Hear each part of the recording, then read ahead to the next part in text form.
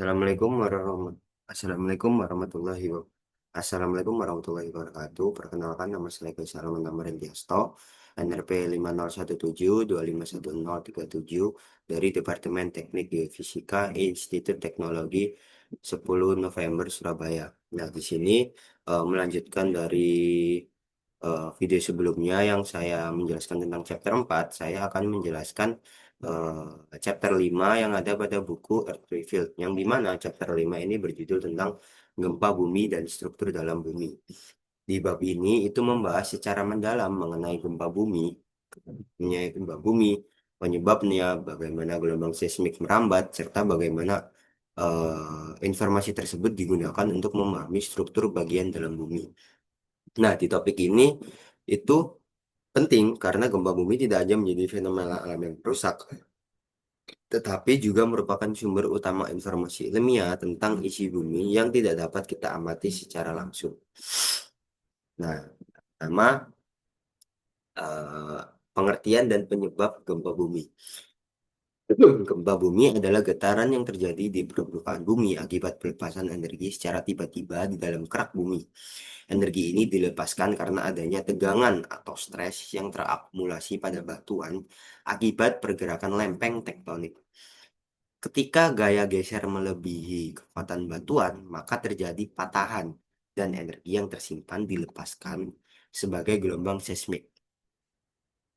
Sebagian besar gempa bumi terjadi di sekitar batas-batas lempeng tektonik, terutama di zona subduksi, patahan transform, dan daerah punggung laut tengah. Di daerah ini, batuan terus bergerak menuntut energi dan sesekali melepaskannya dalam bentuk gempa bumi. Kemudian ada jenis-jenis gempa bumi. Gempa bumi dapat dibedakan berdasarkan penyebab dan lokasinya. Gempa tektonik merupakan jenis yang paling umum dan disebabkan oleh pergerakan lempeng. Gempa vulkanik terjadi karena aktivitas magma di bawah gunung berapi. Sedangkan gempa runtuhan disebabkan oleh ambruknya rongga bawah tanah seperti gua atau tambang. Berdasarkan kedalaman hiposenternya, gempa bumi juga dibagi menjadi gempa dangkal, yaitu yang dimana gempa dangkal itu kira-kira 0 sampai 70 kilometer.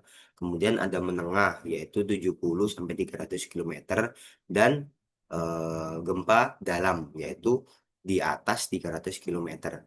Gempa dangkal biasanya paling merusak karena gelombangnya belum banyak teredam saat mencapai permukaan, yang dimana eh, gempa dangkal itu paling dekat dengan permukaan. Jadi itu bisa menimbulkan dampak lebih parah dibandingkan gempa menengah dan gempa dalam. Yang dimana gempa menengah dan gempa dalam itu jauh di bawah dari permukaan bumi.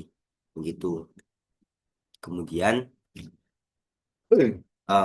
gempa bumi itu eh, menye- eh, gempa bumi itu menciptakan energi, yang dimana energi dari gempa bumi itu merambat dalam bentuk gelombang seismik yang dibagi menjadi dua kelompok besar, gelombang badan atau body wave dan gelombang permukaan atau surface wave. Gelombang badan sendiri terdiri dari gelombang P atau primer dan S sekunder. Gelombang P adalah gelombang longitudal yang paling cepat dan mampu merambat melalui padatan maupun cairan. Nah, sedangkan gelombang S itu bersifat transversal dan hanya dapat merambat melalui padatan. Gelombang permukaan yang terdiri atas gelombang Love dan gelombang Rayleigh bergerak di permukaan bumi dan menyebabkan kerusakan paling besar selama gempa. Dengan menganalisis waktu tiba gelombang ini, para seismolog dapat menentukan lokasi epicentrum gempa dan mempelajari struktur internal bumi. Nah, kemudian eh, getaran gempa bumi itu dapat direkam untuk dijadikan bahan penelitian untuk kita mengukur seberapa besar eh, skala atau getaran yang dihasilkan oleh gempa tersebut. Nah, jadi itu terdapat alat yang disebut seismograf. Alat seismograf itu untuk merekam getaran gempa. Nah, sedangkan hasil rekamannya disebut seismogram. Seismogram mencatat perbedaan waktu tiba antara gelombang P dan S yang digunakan untuk menentukan jarak dari stasiun pengamatan ke pusat gempa. Nah, kekuatan gempa sendiri dinyatakan dalam skala magnitudo, seperti skala Richter atau ML atau momen magnitude atau MW, M besar dan W kecil, yang mengukur energi total yang dilepaskan. Nah, selain itu, tingkat kerusakan di permukaan bumi itu diukur menggunakan skala intensitas, seperti skala Mercalli yang berdasarkan pengamatan efek gempa terhadap manusia dan bangunan. Kemudian, eh, sebagian besar gempa bumi itu terjadi di sepanjang sabuk seismik dunia, seperti cincin api Pasifik, sabuk Alpit di Eropa Asia, dan sabuk tengah samudra. Nah, wilayah Indonesia tersendiri termasuk dalam sabuk seismik paling aktif karena Indonesia itu berada di pertemuan tiga lempeng besar, yaitu lempeng Indo-Australia, Eurasia, dan Pasifik. Nah, dari hal tersebut itu menimbulkan banyak aktivitas eh, vulkanik atau gempa bumi. Jadi di Indonesia itu udah rawan sekali gempa bumi, gunung meletus, kemudian tanah longsor, seperti itu. Jadi sebaran gempa di dunia menunjukkan pola yang sama dengan batas lempeng, yang sekaligus menjadi bukti nyata dari teori tektonik lempeng. Nah, kemudian ada struktur dalam bumi dari data seismik. Nah, gelombang seismik itu menjadi alat utama untuk mempelajari struktur bagian dalam bumi karena kecepatannya berubah tergantung pada jenis, kerapatan, dan temperatur batuan yang dilaluinya. Nah, dari analisis gelombang P, gelombang premier, dan gelombang sekunder, para ilmuwan menemukan bahwa bumi terdiri atas beberapa lapisan, yaitu kerak, mantel, dan inti. Gelombang es tidak dapat merambat melalui cairan, sehingga ketiadaan gelombang es pada area tertentu menunjukkan bahwa inti luar bumi bersifat cair. Sementara itu, kecepatan tinggi gelombang P di inti dalam menunjukkan bahwa bagian tersebut padat. Dengan demikian, seismologi memungkinkan kita memahami interior bumi tanpa harus menembusnya secara fisik. Nah, kemudian di daerah zona subduksi, gempa bumi sering terjadi dalam berbagai kedalaman, dari dangkal hingga dalam. Nah, pola ini itu dikenal sebagai zona Benioff-Wadati, yaitu bidang miring tempat gempa terjadi, akibat lempeng samudra yang menunjam ke bawah lempeng benua. Semakin dalam zona gempa, semakin jauh posisi lempeng samudra telah menukik ke dalam mantel. Pola ini menjadi bukti kuat bahwa gempa bumi terjadi akibat pergerakan dan interaksi antar lempeng tektonik, bukan peristiwa acak. Nah, eh, di sini juga dijelaskan bahwa yang semua kita tahu, kalau gempa bumi itu memiliki bahaya dan dampaknya. Apa sih bahaya dan dampak gempa bumi? Gempa bumi dapat menimbulkan berbagai dampak merusak seperti runtuhnya bangunan, longsor, kebakaran, dan bahkan bisa menimbulkan tsunami.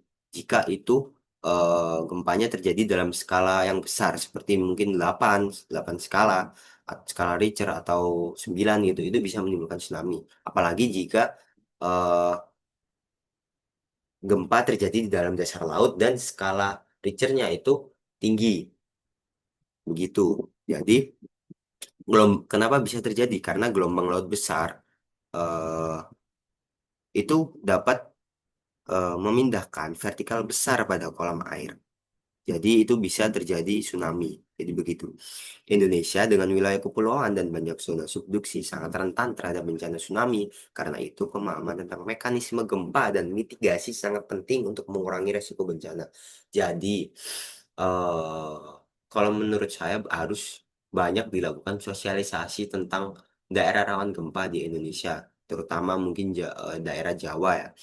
Itu karena sangat rawan karena masih banyak orang-orang yang tidak tahu tentang penanganan pertama saat terjadi gempa, apa yang harus dilakukan saat pertama kali terjadi gempa.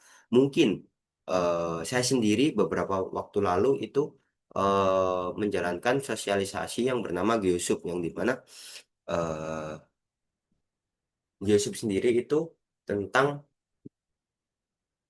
eh, sosialisasi tentang apa yang harus dilakukan kita saat terjadi gempa bumi pertama kali. Jadi kita melakukan praktek di lapangan secara langsung. Jadi kita tahu apa yang akan kita lakukan jika terjadi gempa bumi. Seperti itu. Nah, kemudian mitigasi dan pemantauan gempa.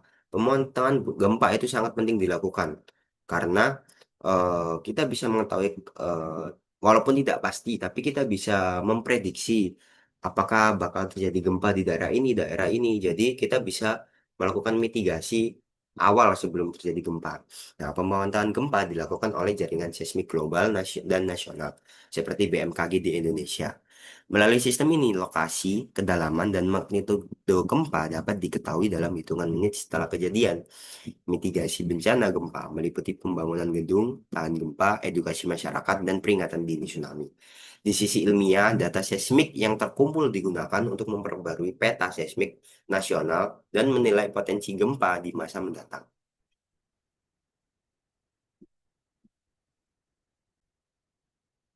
Nah, jadi setelah menjelaskan garis besar tentang bab 5, jadi kesimpulan yang didapat adalah bab 5 ini menegaskan bahwa gempa bumi bukan sekedar fenomena kehancuran, tapi juga jendela ilmiah untuk memahami struktur bumi bagian dalam.